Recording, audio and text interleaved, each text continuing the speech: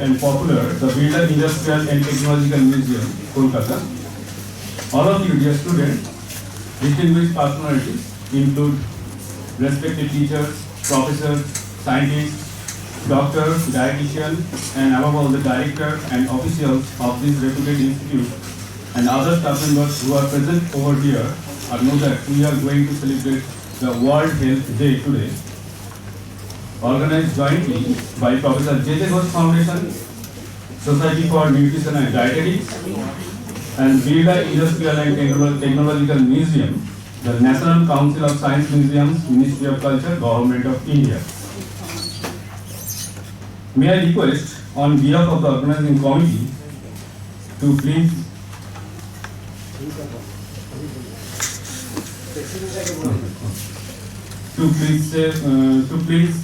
Professor Miyankanti Poddar, President, Professor J. Ghosh Foundation, to deliver the welcome address.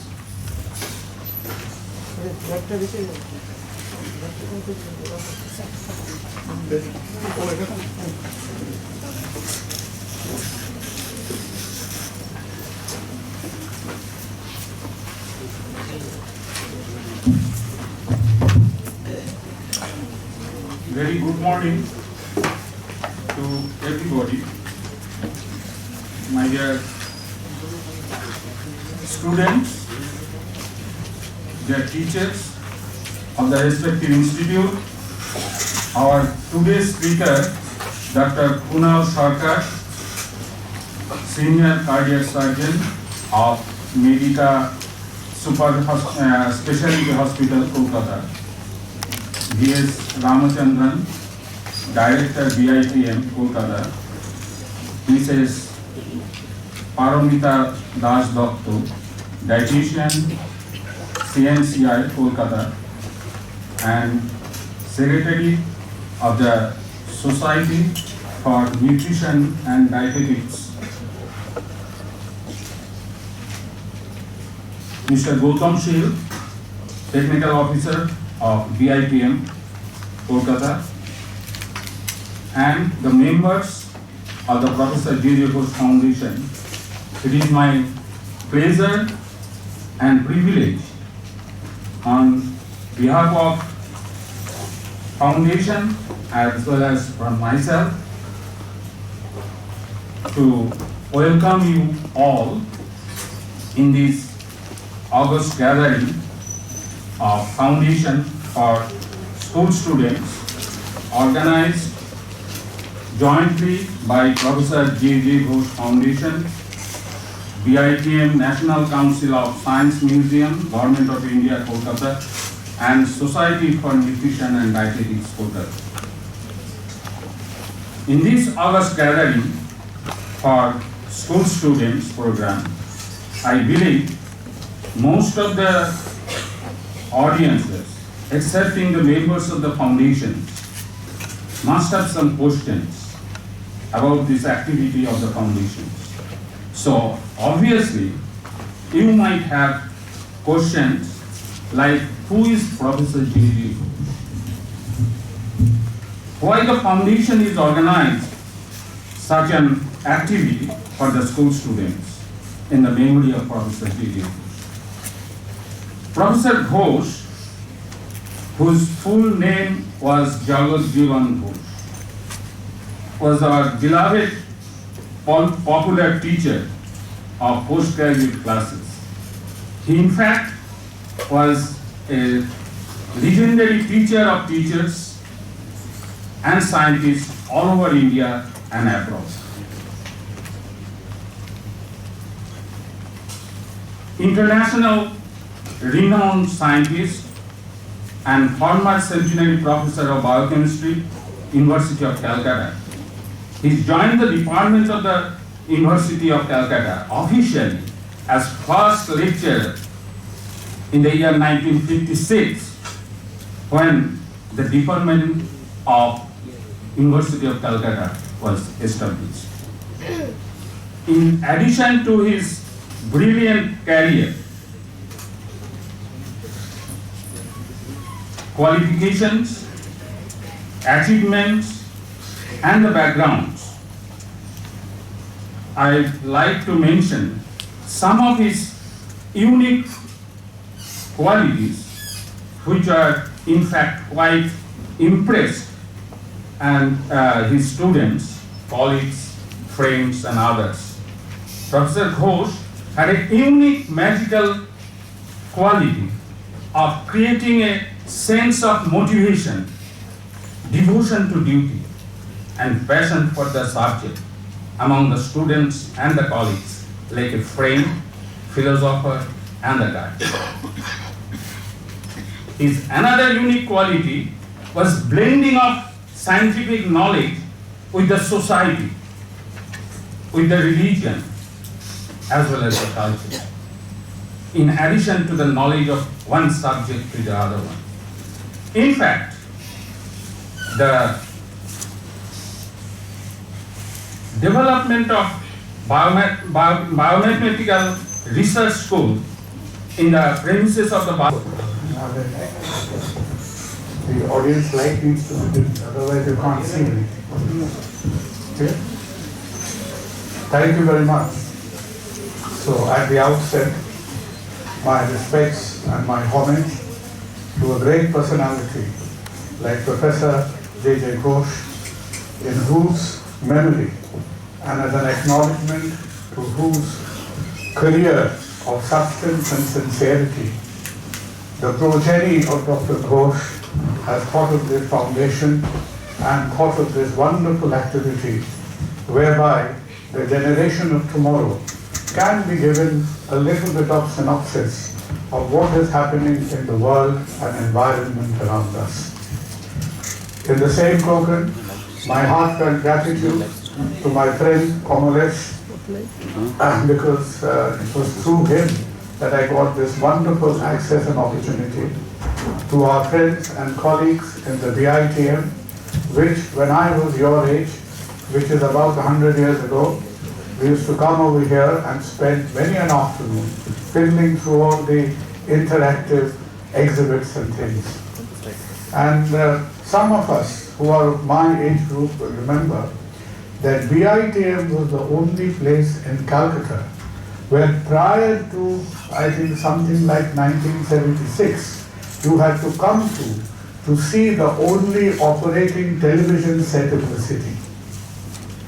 So before television actually came into Calcutta in 76, 77, if you ever wondered what a television set looked like, you came to BITM because BITM used to have like a closed circuit lecture system, and that was our fascination for this place. And I'm ever so overcome with emotions to have had the opportunity today to speak to you about a topic which is very near to my heart. Now, before I start speaking, there are some senior members I see in the first couple of rows and a lot of young people, right? So thank you for taking this time out. Thank you to the schools and thank you to the teachers for this initiative that you have shown. And whenever I speak to a young audience, I am far more afraid than when I speak to a grown-up audience. You know why? Not that you are going to attack me, not that you are going to hit me, because I know that every one of you is on a statistical average about 25% more intelligent than I am. And that is the process of human evolution. With every generation, human intellect increases by 7 to 8%. So have any of you seen one of these old telephones? You will see them in BITM, used to dial the dial like this and speak. So I am that kind of a telephone, and you are a smartphone sitting in front of me. So it is not a competition of intellect. All of us acknowledge you are very clever people, but man is nothing about a knowledge of history. A building which is fantastic in the 100th floor is nothing without the foundation on which it stands on. So, as I have been born and brought up in this scientific environment to do with medicine for a good part of almost last 4 decades, I wanted to share the story with you. It's like a storytelling session that how humanity has developed and how medicine has developed and how it will continue to develop in your hands and in your minds.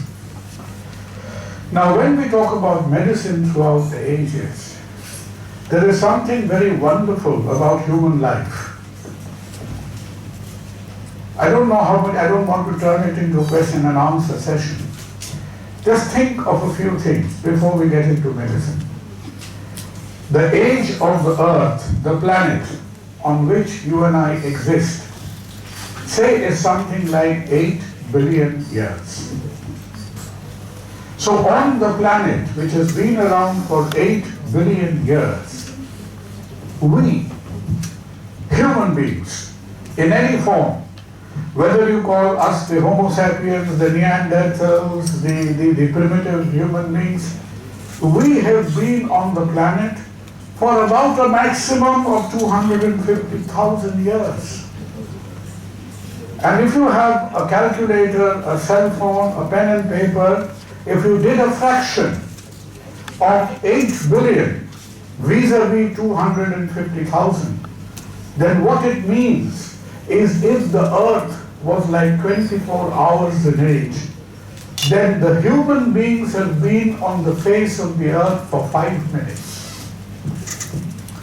So of every known creature, every known form of life, how did life origin on the planet? Our idea about origins of life is extremely unclear. It was a very inert situation, if you believe the Big Bang theory of genesis of life, when there was an explosion, when you had carbon, nitrogen, hydrogen, oxygen, somewhere in the cosmic atmosphere, there was a kind of a chemical reaction which was catalyzed, and all these inert elemental compounds got together to synthesize a sequence of biochemical substances which later on manifests itself as life. The life of a human being, the color of a butterfly, the shape of a plant, the grass on the soil, everything originated from the elemental compounds, and we do not have the vaguest idea. There are theories like the primordial soup and so on and so forth. But the funny thing of life is, we do not know how it started, and we do not know what happens or when is it going to end. So the so-called domain of human knowledge, we are like a transit passenger in the airport. We have started a journey which we know we will end someday, and all our preoccupation right now is for the journey itself. The beginning is unknown, the end is unknown. And that is the story of life. Till many fundamental questions of creation, the puzzle has to be resolved someday, somehow, somewhat. Now let's come back to medicine.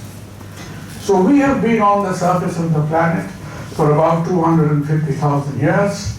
If you look back at human history, then perhaps even if you consider the Egyptians, the Assyrians, the Mesopotamians, the oldest human civilization probably goes back about 10, 12,000 years, maximum 15,000, not longer than that. That out of 250,000 years, only 15,000 of those 250,000 years can our species claim to have some kind of civilization.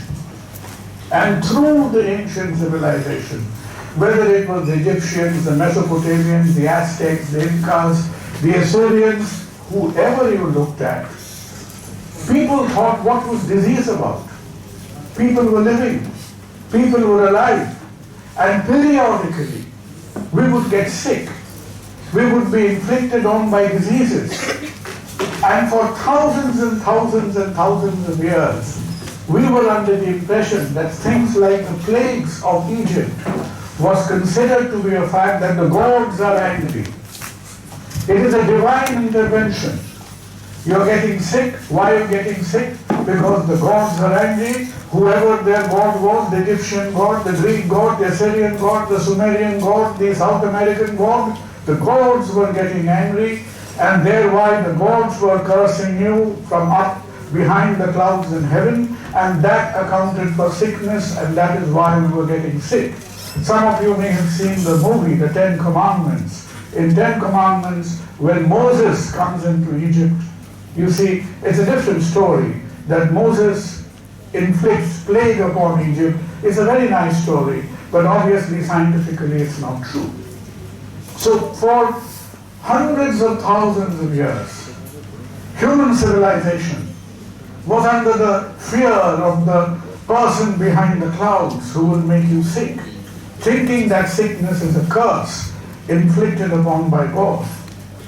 And funnily enough, the first treatments that we know, that when did we first make an attempt to treat diseases, to make sick people better, and not just leave them to die somewhere or the other.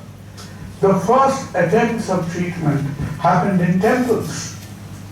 And this is the temple. The picture you see is the Greek god called Asclepios. In Medical College Calcutta, we used to have a festival called Esculapia that comes from the Greek god called Asclepios, the Greek god of medicine. And you may see this symbol being used in various medical associations, organizations, symbol for doctors, many things like this. What is this symbol about? This symbol is the staff and snake of the Greek god Asclepios. It was in that temple that ancient medicine used to be practiced, because who was practicing the ancient medicine? There was nothing as doctors, nothing as surgeons, there were priests. So it was the priests in ancient society who thought, there were people of moral values, people of compassion, who thought that, look, so many people are falling sick and dying, so we need to make them better. So it is the religious institution that took upon the practice of medicine, and we are talking about something like 10th, 12th century BC over here. There was a funny practice where we still do not know how and why it used to be done. There are still, I don't need this light. Or you need it for your camera, fair enough. So there is a practice where many skulls have been excavated, and you see this is not restricted to any one part of the world, only in Egypt, only in South America, all over the world. And there is because of some ancient concept, people used to drill holes in the brain. It was called trepanation. We call it trepanation. We don't know what it used to be called in that era. And because of this trepanation, a lot of skulls have been found out, tens of thousands of years ago. So some form of surgery, some form of treatment was being done, but no scholars so far have unearthed the secret that we call it trepanation, why this was being done. Probably somebody clever amongst you can take this subject for a PhD research someday. The real advent of thinking in medicine comes from this great person, from a small island of Kos. Kos is a very small island just off the mainland of Greece, to the west of Greece, and his name was Hippocrates. You have heard the name of Hippocrates, you have seen it in movies, you have seen the press, the people telling doctors, go by the oath of Hippocrates. Hippocrates was not a lawyer, Hippocrates was a physician. And why Hippocrates is important in modern history, in the history of mankind, is from Hippocrates starts the era when we realize the separation of divine from the disease. Hippocrates starts the thought process that, look, we have to look at things differently. People are becoming sick, there are different kinds of problems, sickness, death, etc. And there must be different causes for it. It is all not due to because some god is angry somewhere. So let's start thinking. And in that philosophy of Hippocrates, he wrote quite a few treatises, quite a few compendiums. Hippocrates encouraged the separation of the priests from the physicians. And he formed a kind of moral code of conduct that how we should behave, how doctors, you didn't call them doctors then, healers, how healers should behave. And that moral, like this is election time now, we are going through a moral code of conduct. So Hippocrates in 5th century BC writes down the way the physicians and healers should behave themselves. So if you are to think about one date in history that is the watershed line for the evolution of medicine, that era is 5th century BC. There must be some people interested in history. 5th century BC is a wonderful time. I don't know what was the astrology or the cosmic connections in 5th century BC, because in 5th century BC you have Hippocrates in Greece. Whom do you have in India? In Indian civilization, Gautam Buddha. Gautam Buddha comes with his first socialistic thinkings in 5th century BC.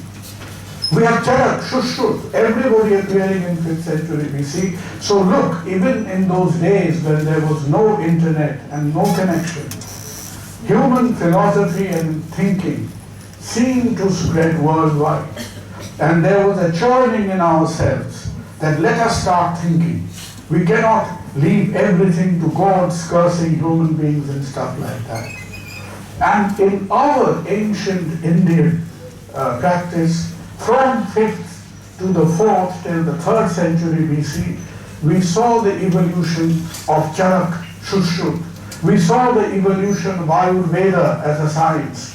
And a lot of thinking, thought process and progress was made in ancient Indian medicine in that era.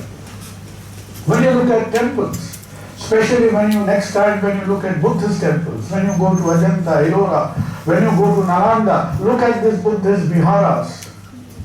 Why were Buddhist viharas shaped like this? Because they were nursing homes in absentia.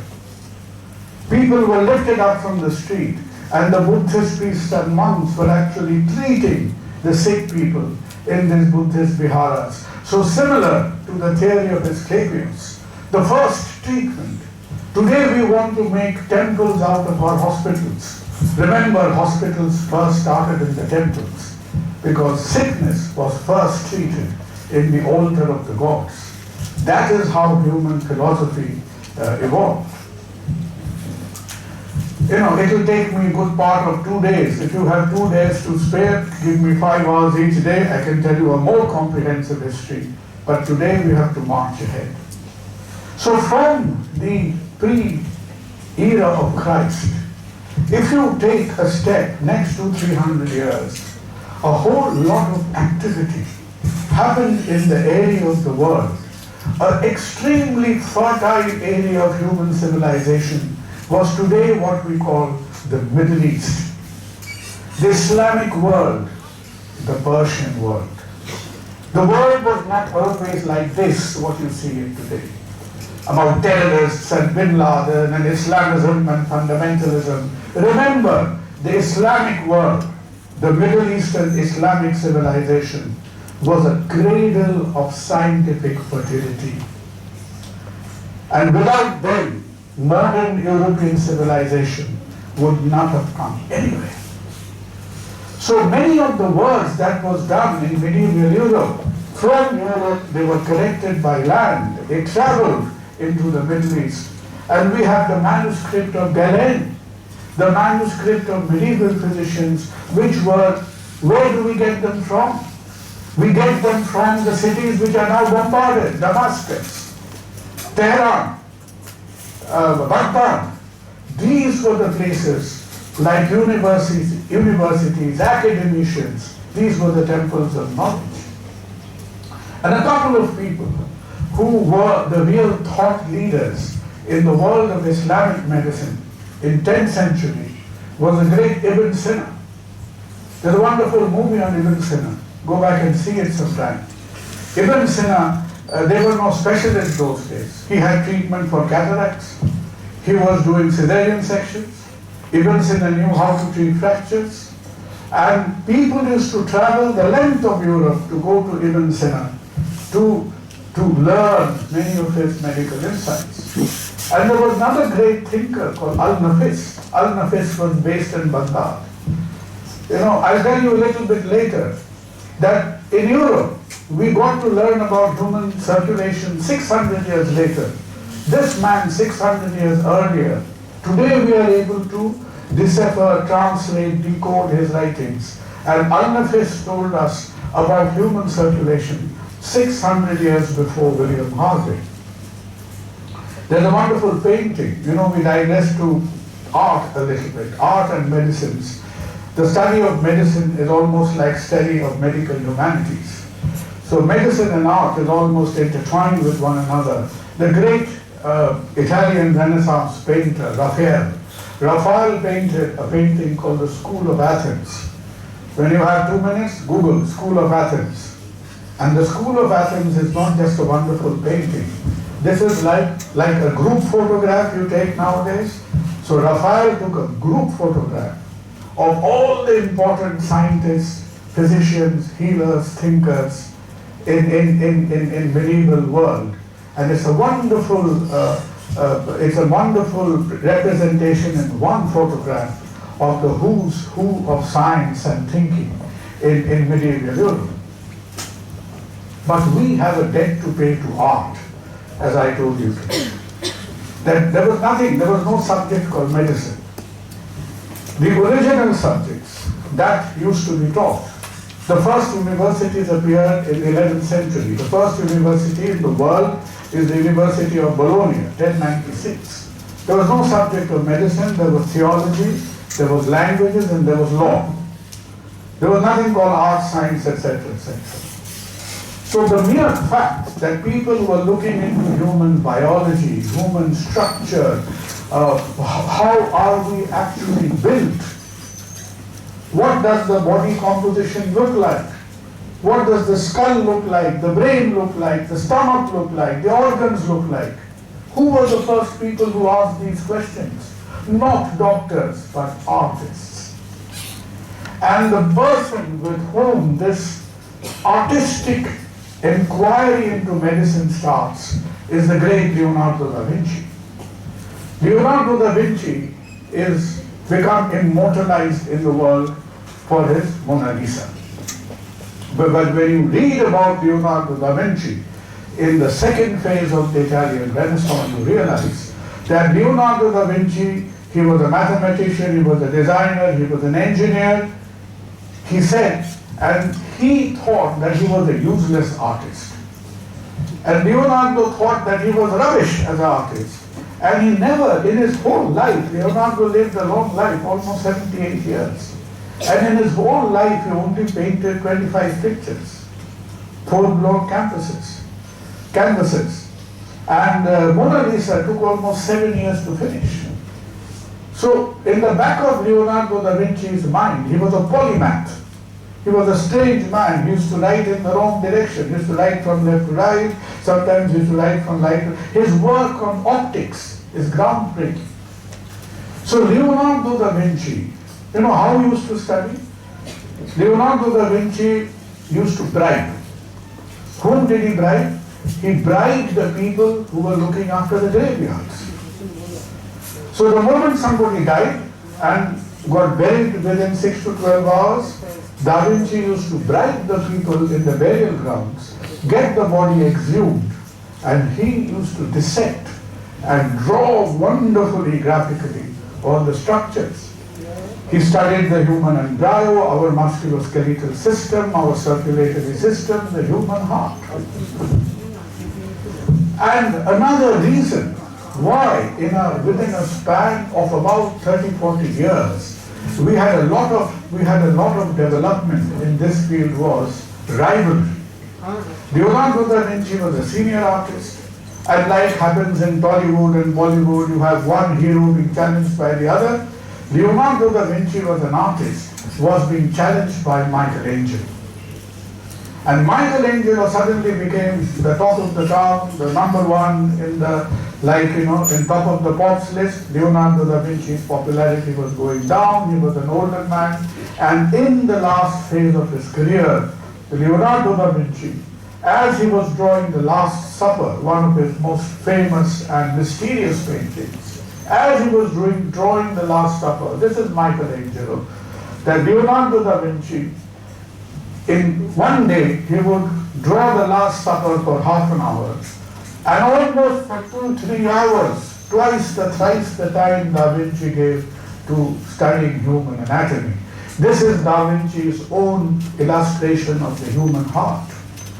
If today Da Vinci appeared in first MBBS and drew these pictures, he would get very high marks. They are remarkably, remarkably accurate.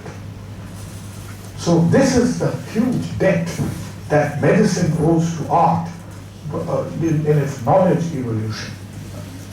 So now we come to a phase when, thanks to the artists, thanks to the material science, we get some idea of what the human structure is about, some idea.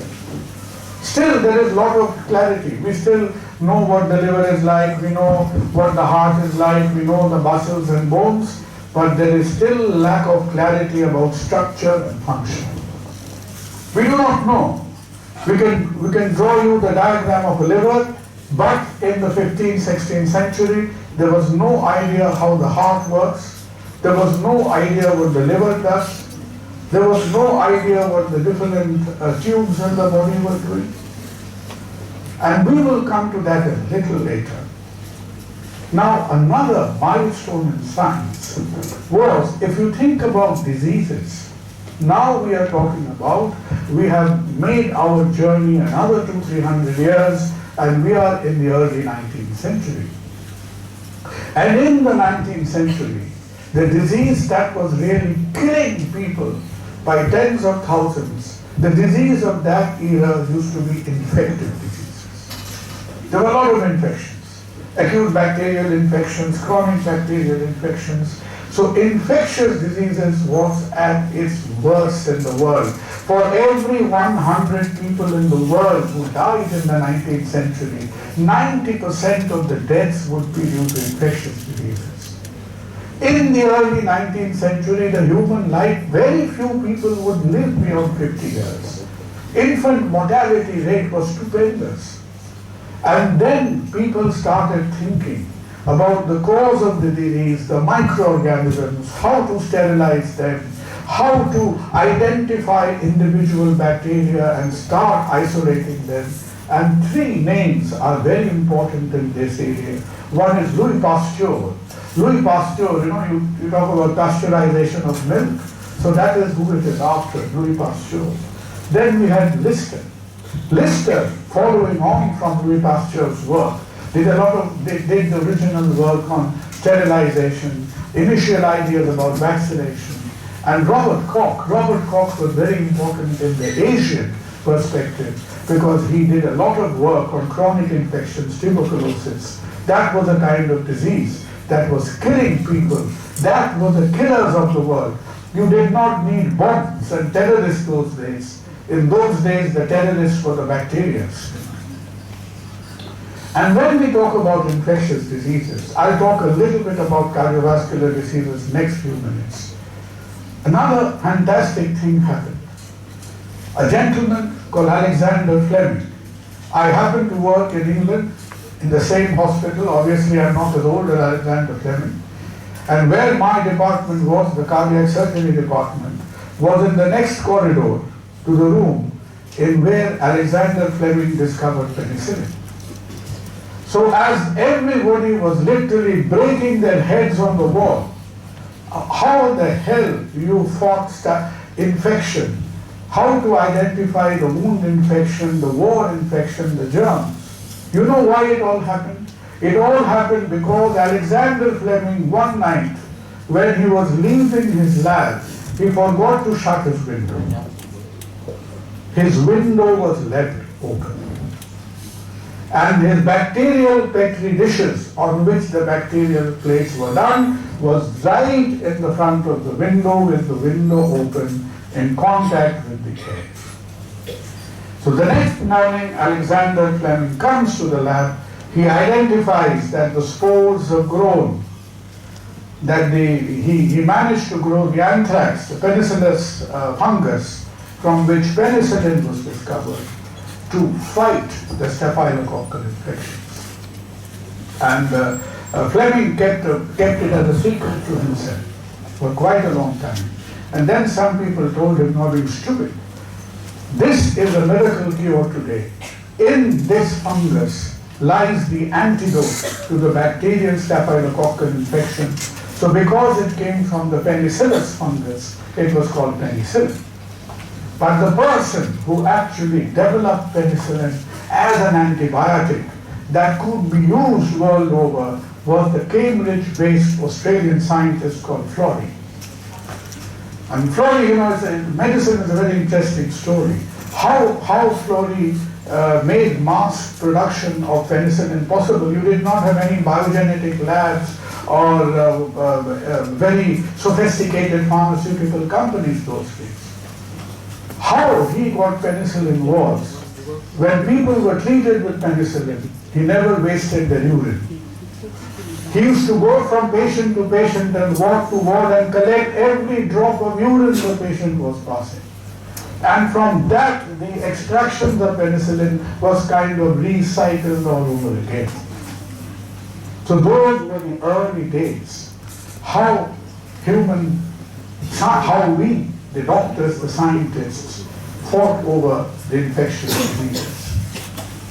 Now from the infectious diseases, from the early 1900s, we are now living in the 2000s, and we are dominated by the diseases now which are called the lifestyle diseases.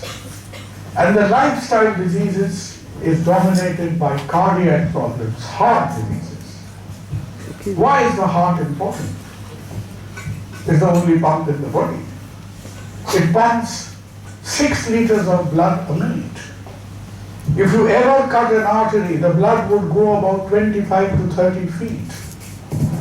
If you joined every blood vessel in the body together, you could go around the world 15 times.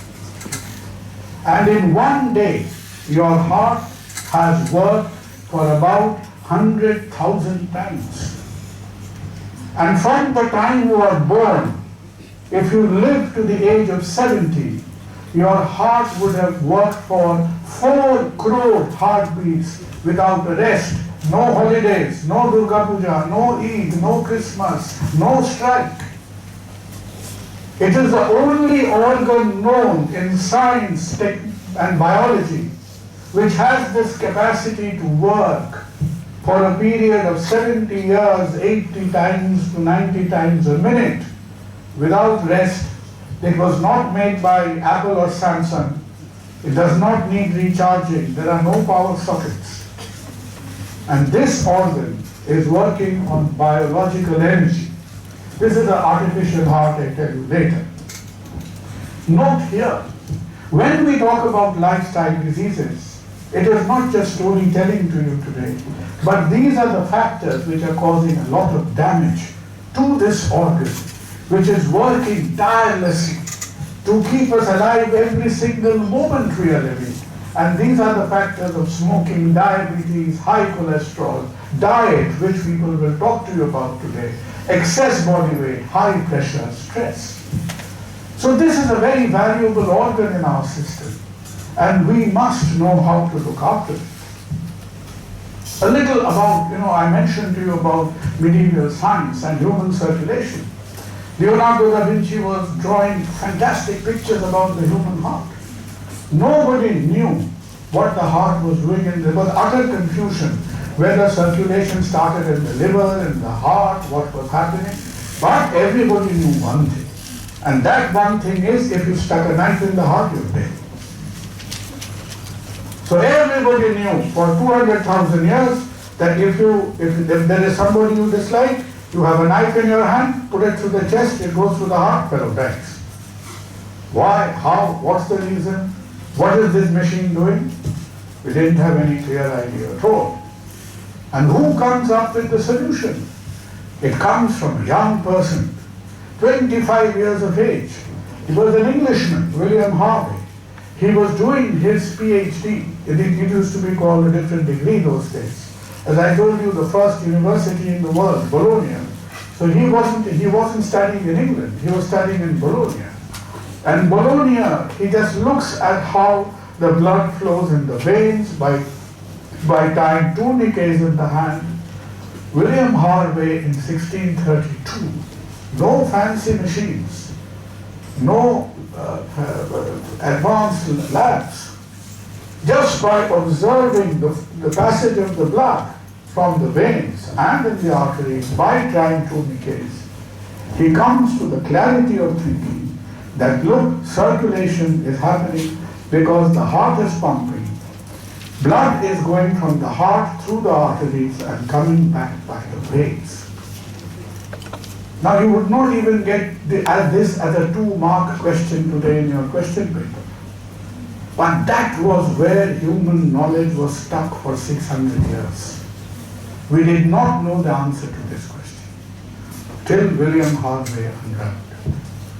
And this time, 1630s, I had this habit of turning through my history book. Fantastic things were happening in the world, like 5th century BC. Within 5 miles of William Harvey used to live another gentleman by the name of Isaac Newton.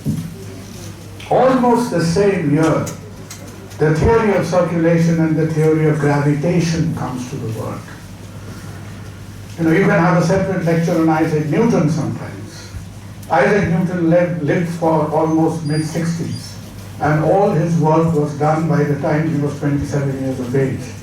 Optics, light, gravitation, law, forces, everything, discovery of calculus. By 26, 27 years, Isaac Newton's scientific dossier was finished and completed. What he did for the next 40 years of his life was completely mysterious. He's a very unknown element in a relatively modern era. So William Harvey is a founding father of human circulation. So we know the structure.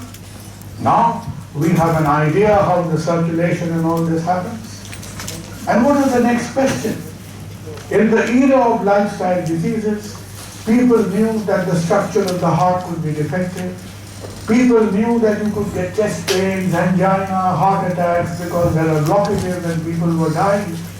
So how to diagnose? How to know what is wrong? It is not enough just to allow somebody die and do a post-mortem and say, we are so sad, the child has died because there is a hole in the heart, or this grown-up man has died because there is a blockage in the arteries. That is not, medicine is not about recrimination, medicine is about diagnosis. You have to tell from before what is wrong. So diagnostic activity became now the focus of attention. And there are many, many, many workers who's worked on this field. I'll just name 2 to you. One was this gentleman by the name of Eric Frossman. Eric Frossman in 1929, he said that, look, there has to be a way by which our circulation, the heart, we can take pictures of it. Today it is called angiogram, catheterization and all these things. But Frossman said in 1929, there are ways and means we can take pictures of these organs. Nobody believed him. He used to make friends with his nurses, with his colleagues, people working in the hospital. And Eric Frossman had many girlfriends, and the reason he had many girlfriends was he used to allure them into the cath lab, use them as a subject and do all his experimental studies. He was expelled from the hospital as a bad person. But when years later we look back at Eric Frossman's work, that was a foundation of cardiac catheterization. And many years later, in 1958, the modern cardiac angiography was done by Mason Soames. This is a picture. This is what you call a cardiac. What is an angiogram? You come across somebody who's having chest pain.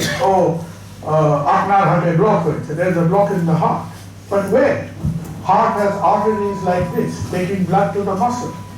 So what these people were trying for the last 50, 60 years was to take this photograph, which through an X-ray machine and radio contrast lets us know that where the problem is. Now that you know where the problem is, the question comes that how are you going to treat it? But there was one problem about treating the heart. That you can operate on the stomach, the bones, the brains, everything. But how do you treat the heart? Because number one, the heart is moving all the time. And number two, if you ever put the heart to rest, the rest of the body gets no blood supply at all. So you can say, fine, I know what the problem with the heart is. I'm going to fix it, I'm going to repair it, I'm going to stop the heart. Okay, very briefly, for say half an hour, 30 minutes. I'm a brilliant surgeon. You stop the heart for something like 90 seconds, the brain will die. So there was no solution. People knew what the problem was, nobody could fix it because you cannot stop the heart and maintain circulation to the rest of the body. That was the next puzzle. And people like this, John Lewis, etc., they devised a machine. This is called the heart-lung machine. And the heart-lung machine changed the future of heart surgery completely. Like, God bless it, doesn't happen. If suddenly the power goes off in the hall right now, what will happen? The standby electricity will come in. So when we stop the heart, we put the heart on a machine outside the body so that the whole work of oxygenation and circulation is happening through the machine, which is the heart-lung machine. And this made the first modern heart surgery possible late in the 1950s.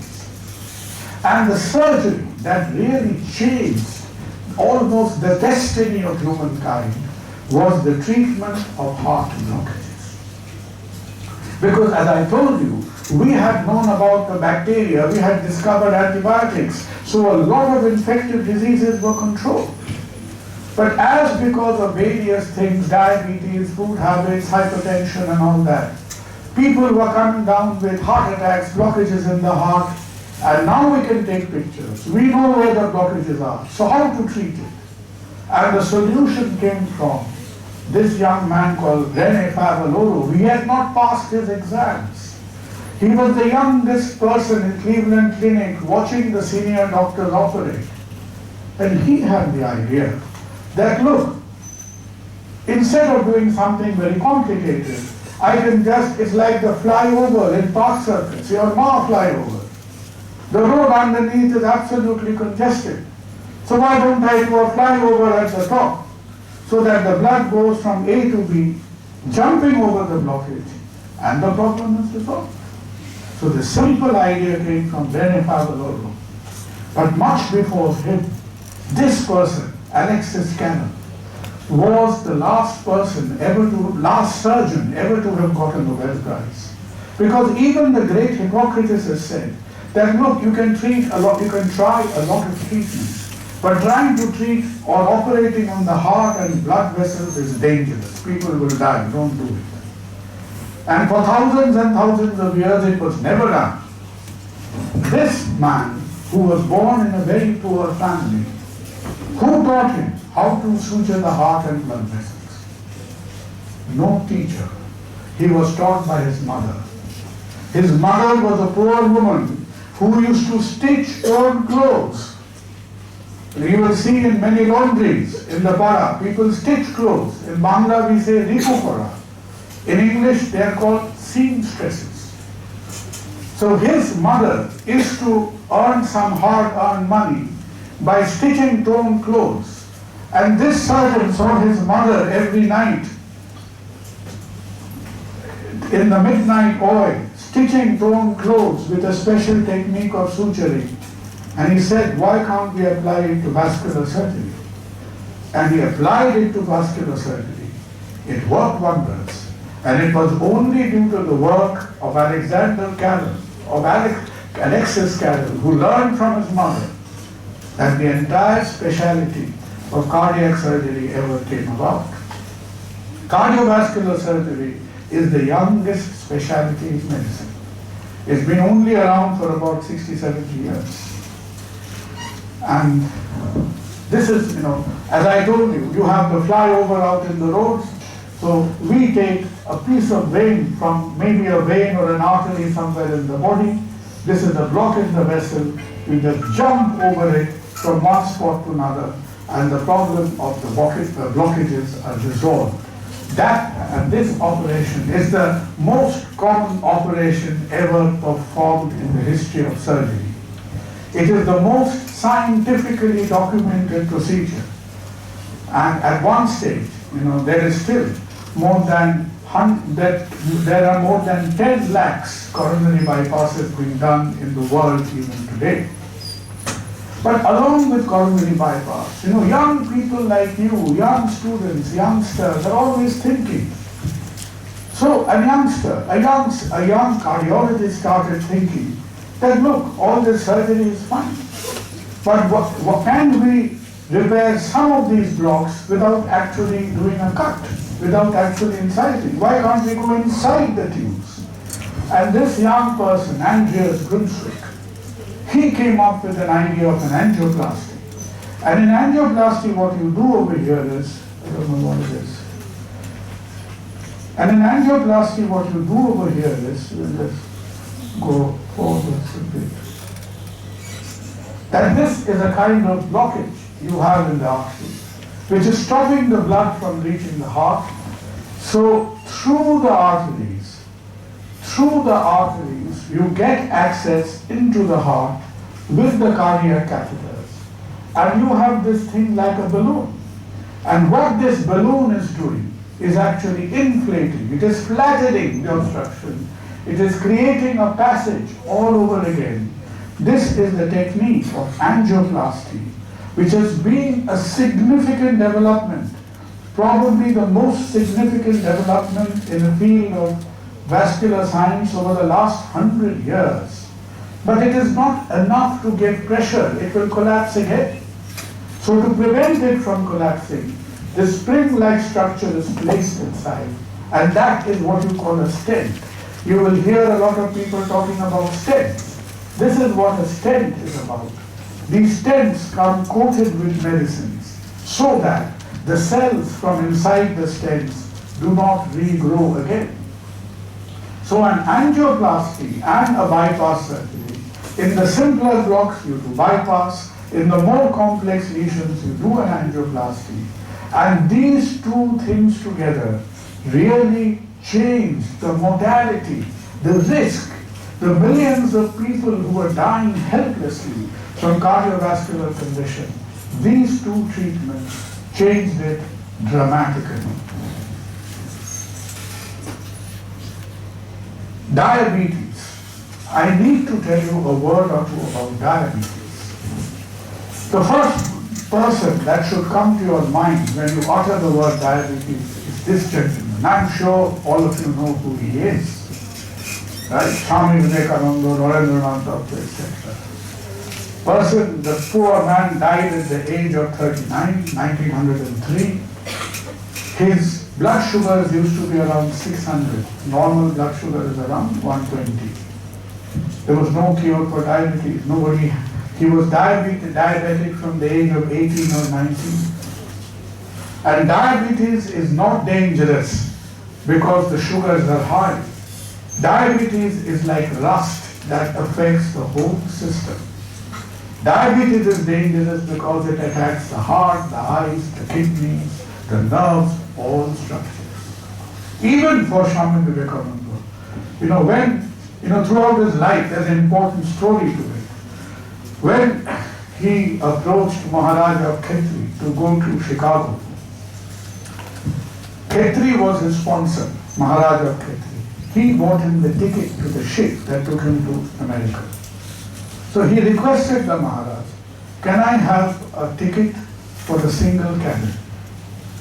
Maharaja said that, look, this is a sannyasi. Of course I will give him a single cabin ticket. But the man has no pleasures in life. He is a total ascetic. Why does he want a single berth ticket for? He never realized that Swamiji was quite guilty, ashamed of himself because of his diabetes. He had to go to the toilet every half an hour, 20 minutes. So he was, embarrassed in public to do that. So that is why he had requested. And later on, in one of his last visits to Shillong, a few months before he died, when his kidney failure had set in, heart failure and kidney failure.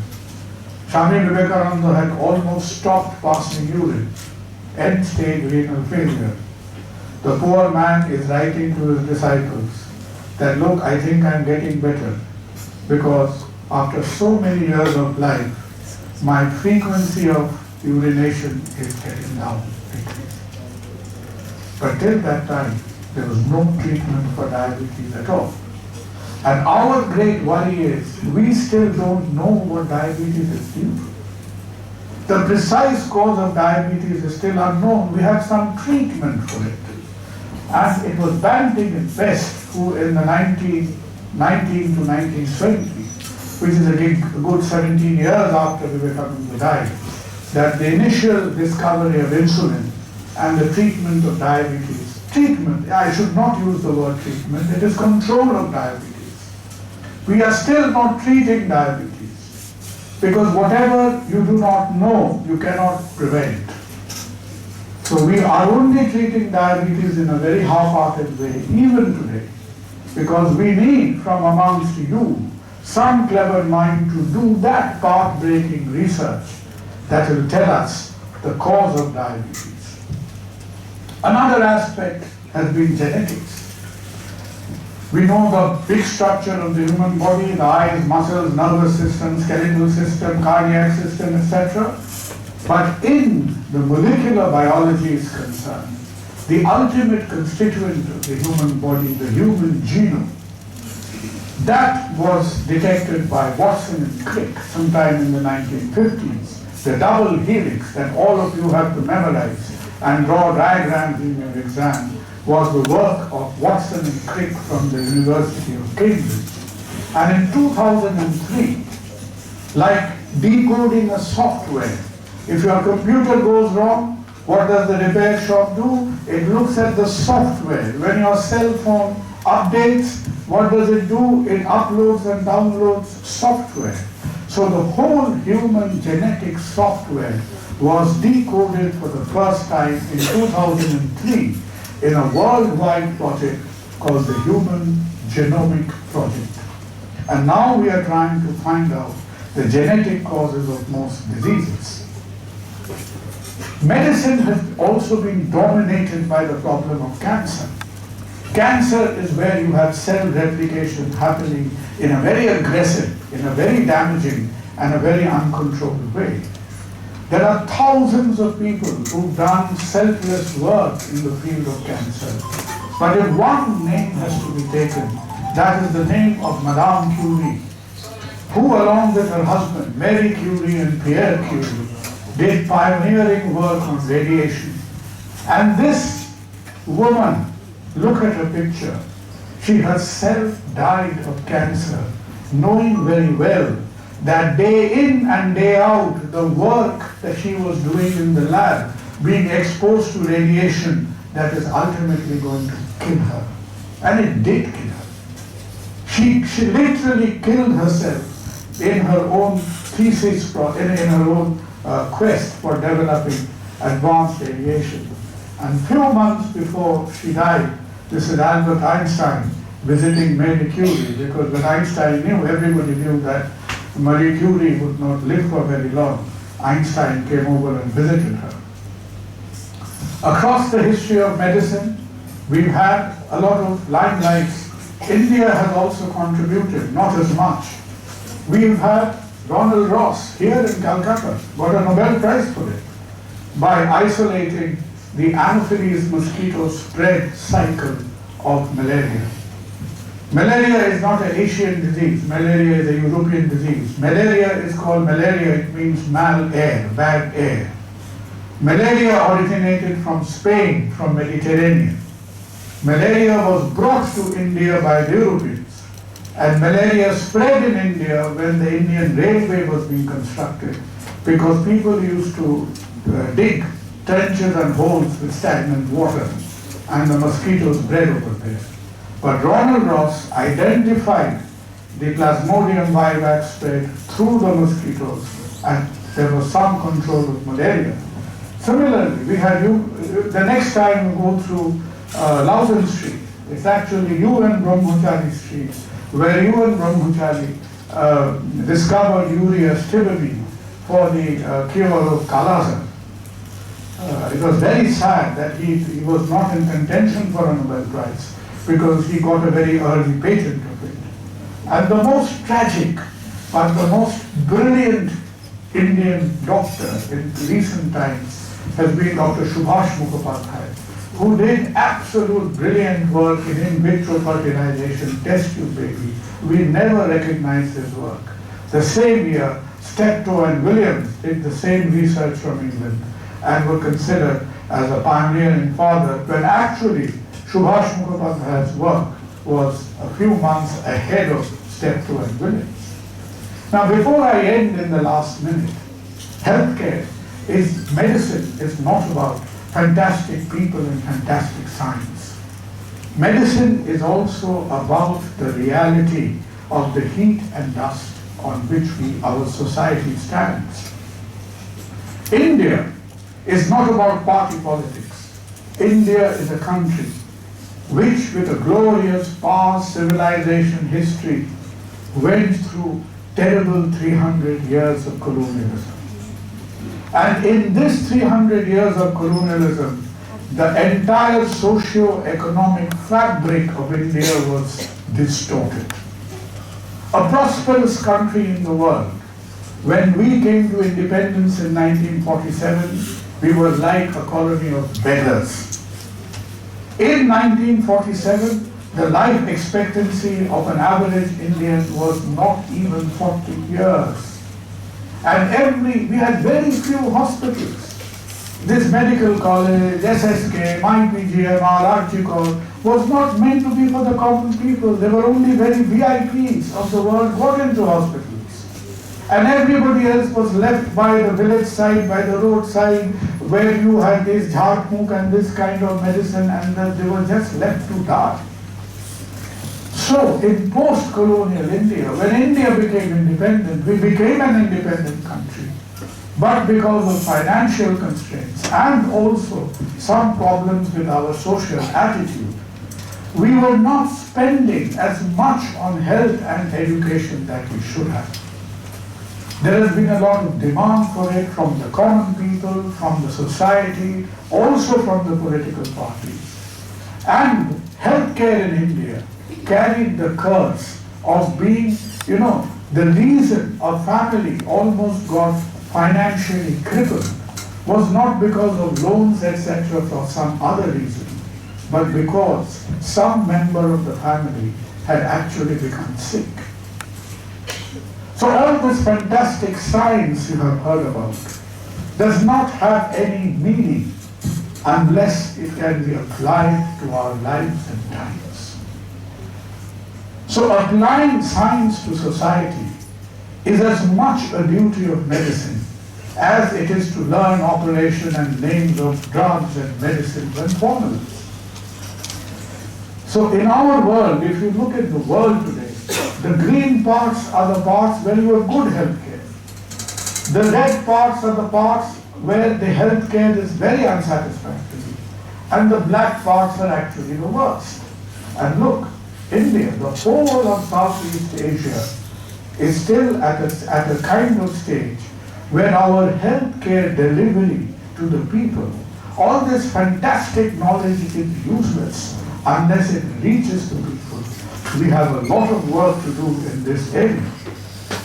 Some work is happening. Because you may have heard in the press, there is so much of argument and counter-argument between leaders and party A and party B and party C. We do not realize that even the government is thinking in terms of population healthcare programs, central level. We have Shastra Shati in the state level. And many of these things are being planned in the model of the national health system in the United Kingdom. And sooner it happens, the better. So all of you who are aspiring to come into medicine, to be doctors, you will read a lot of books, you will practice a lot of specialty. But please do remember that our work and our specialty is useless unless it finds its true application. But we doctors, we in medicine, we have achieved something. And what have we achieved? We have not won elections, we have not won seats. But look at the life expectancy of the world.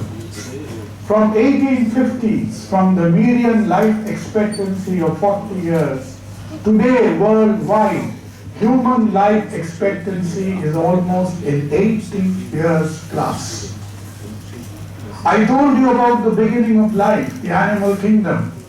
Think, the tiger, the lion, the dog, the rat, the cat, the mouse. No other animal lives longer today than it did 5,000 years before. But human beings, we, through our thinking, our thought process, we have been able to almost double the life expectancy of the human race. This is a product of thinking, of science and its application. India is following a similar curve. From our pre-independence life expectancy of 40 years, today the average Indian is living for 60, 65 years, which is a huge achievement in our terms. So it is not all negative, it is not all gloom and doom.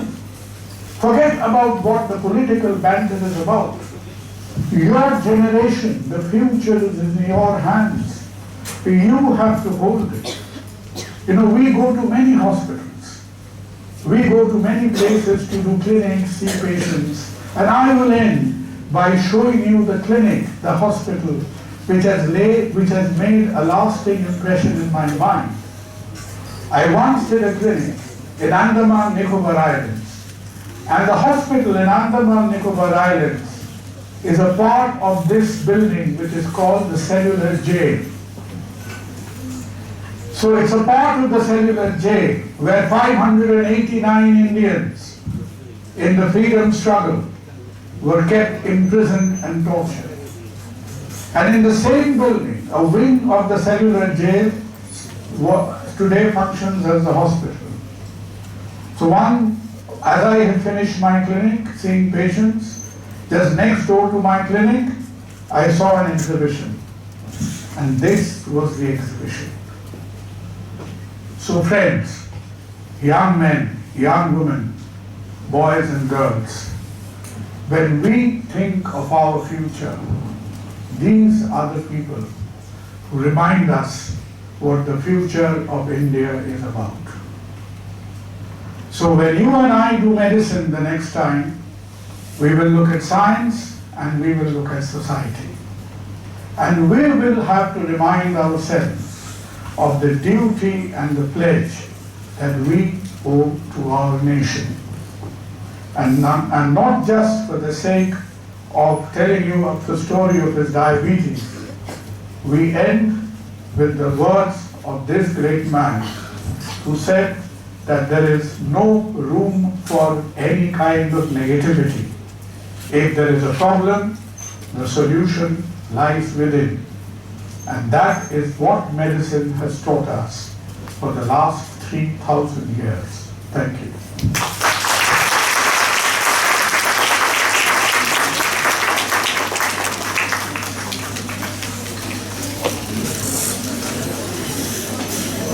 If you have any questions, you're welcome. Any questions? Please raise your hand, those who have any questions.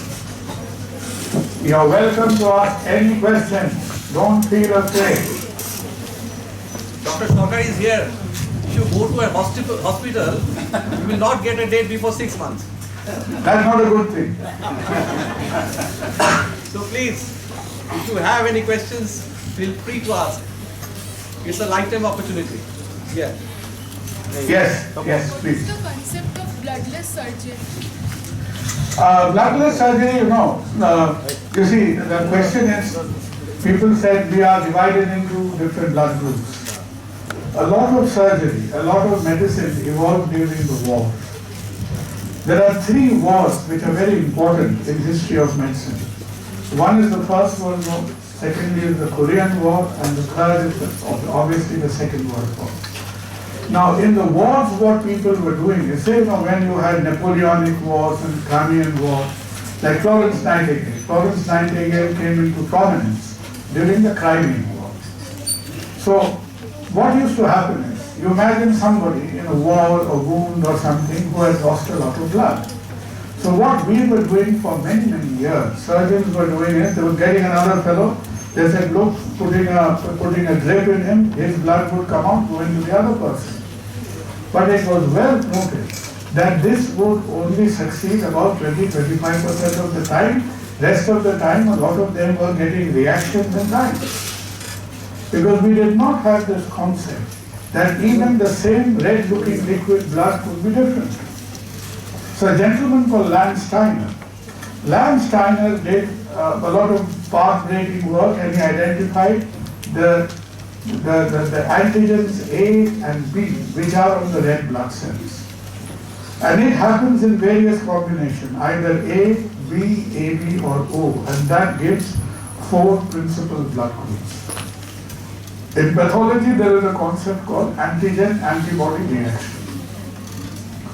It's like, just for a joke, if you have a Trinamool person and a BJP sitting side by side, that's an antigen-antibody reaction.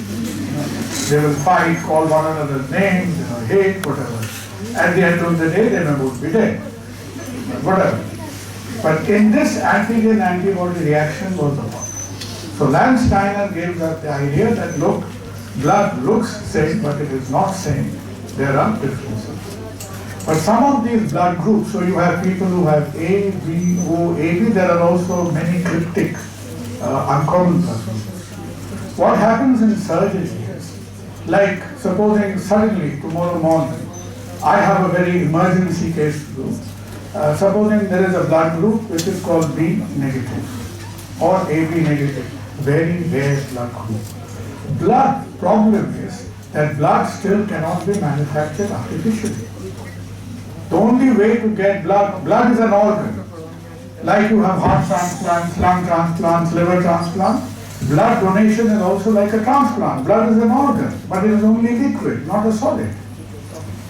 So you cannot donate blood for me automatically, and if I am a patient who has a very rare blood group, needs life-saving operation, what will we do? So there are ways and means behind it. There are certain machines which enables us, like the blood that will be, why do I need blood? Because in the operation you will be losing some blood. So you can recycle that same blood and give it back to the patient. That is one method. And sometimes when you do it with some notice in hand, we can actually, supposing my starting hemoglobin was 11, people can give me some medicines whereby my starting hemoglobin will be elevated to 15. So if I have a hemoglobin of 15, they will actually take some of my blood before the operation and store it. And if it is required, that blood will be used for me. We don't have it so much in India. When we were in England for a good part of 12 years, there used to be a subsect of very orthodox Christians called Jehovah's Witnesses. There are many of them. And when you operate on Jehovah's Witnesses, I've only operated on one in India, a strange combination, a Japanese Jehovah's Witness who came in with an unstable angina. I was in a different hospital. And there we did what was the first kind of bloodless surgery. We took his own blood, recirculated it. And he's a young chap. He was actually in the merchant navy. He came off his ship. He said, you can kill me, but you cannot. They're very orthodox.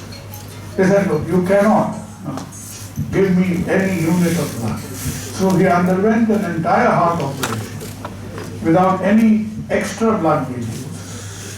And thereafter, we've done it many times. Like today, if you have 100-hour operations, we only will have requirement for blood in 50% of them.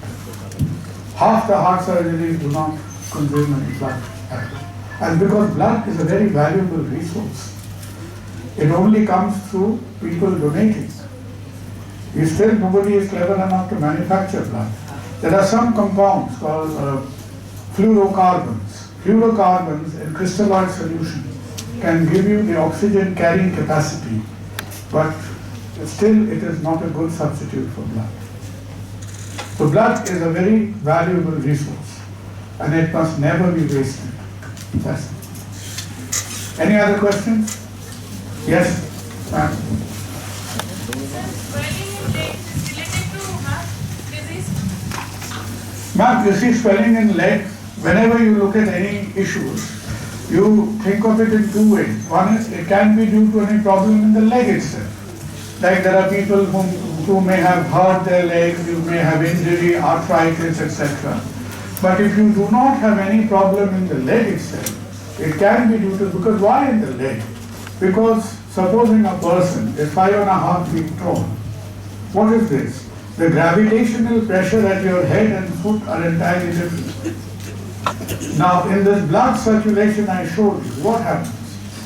In the veins, when they take blood back to the heart, there is no pump to take the blood back to the heart. Heart only pumps blood to the rest of the body. The drainage back to the heart in terms of physics, fluid dynamics, is entirely passive by reverse gravity. Because when blood goes from your tip of your toes to the heart, that is not how can gravity work. It's anti-gravity. So why does blood at all go from your legs to the heart? How does it happen? Because the muscles contract. The muscles, the veins are in the muscles contract and thereby help the blood to go to the heart. So if for any reason the pumping system is weak, the heart is not working efficiently, then you can get, there are more complicating factors. The pressures in the right heart, when we have oversimplified the heart. I have shown you the heart as one organ that pumps. Heart is not one organ. Heart is two organs. When God designed heart, God was out of space because the human body actually needs two hearts. One for the right side, the venous side, one for the left side, the arterial side. There was no space in the chest. So what did God or nature do? There are many, an octopus has 8 hearts. There are a lot of fishes who have 4 hearts. The evolution of the heart is still going on. Evolution, anthropology of the heart is a different subject. So for us, for the time being, the 2 pumping chambers, right and left, were fused across the partition that we call the septum. So if the right side weakens, the drainage back of the blood to the heart will not be very good, and then you can notice a swelling of the legs. So if somebody was quite well, head and hearty, no leg problem, suddenly you are noticing a swelling of the leg, you must report to your doctor. And the doctor will have a look, do a few tests and tell you what's wrong. But yes, it can be due to the heart. Thank you. Yes, Sir, we always go for, whenever we are talking about blood transfusion, we go for the ABO blood group and the rhesus blood groups, B positive or something like that. doesn't hold anymore. Okay. The concept of the universal donor and the universal recipient does not hold anymore apart from wartime situations. Only in war.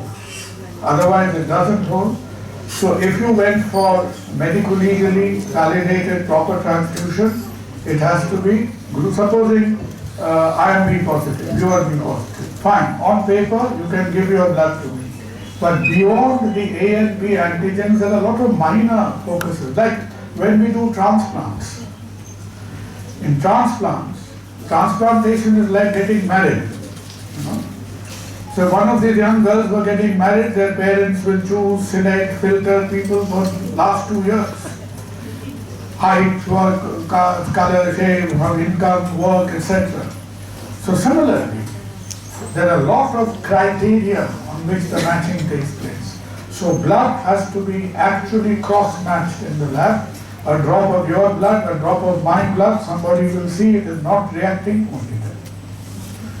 So universal donor and universal recipient, which is ABO negative is like the universal donor, O negative is like the recipient. In examinations fine, but not used. Yeah, so the MN group does not come up at all in this case? Not really. But as I told you, even I don't know enough about it. The blood grouping, again in detail, you've got the Bombay blood group, which is very troublesome. Then, when we do heart surgery, we have to test. Nowadays we do a lot of children's surgery. There are something called antigens which are very clever. They only react when the temperature is cold. And during open heart surgery, you always cool the body. So there are a lot of cryptic factors. So matching has to be very proper. Actually, sir. Actually, we are running late. We are shortage of time. So actually, we are running late. So we thank you, sir, for sharing our knowledge and valuable thoughts to us. And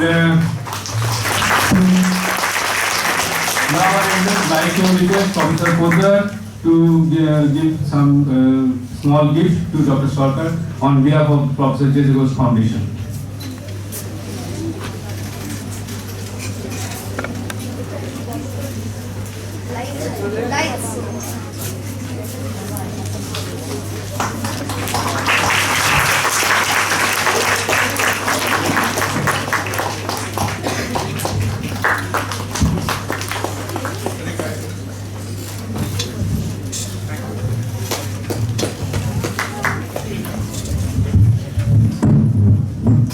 Now I would like to request Mr. Gautam Singh to say a few words.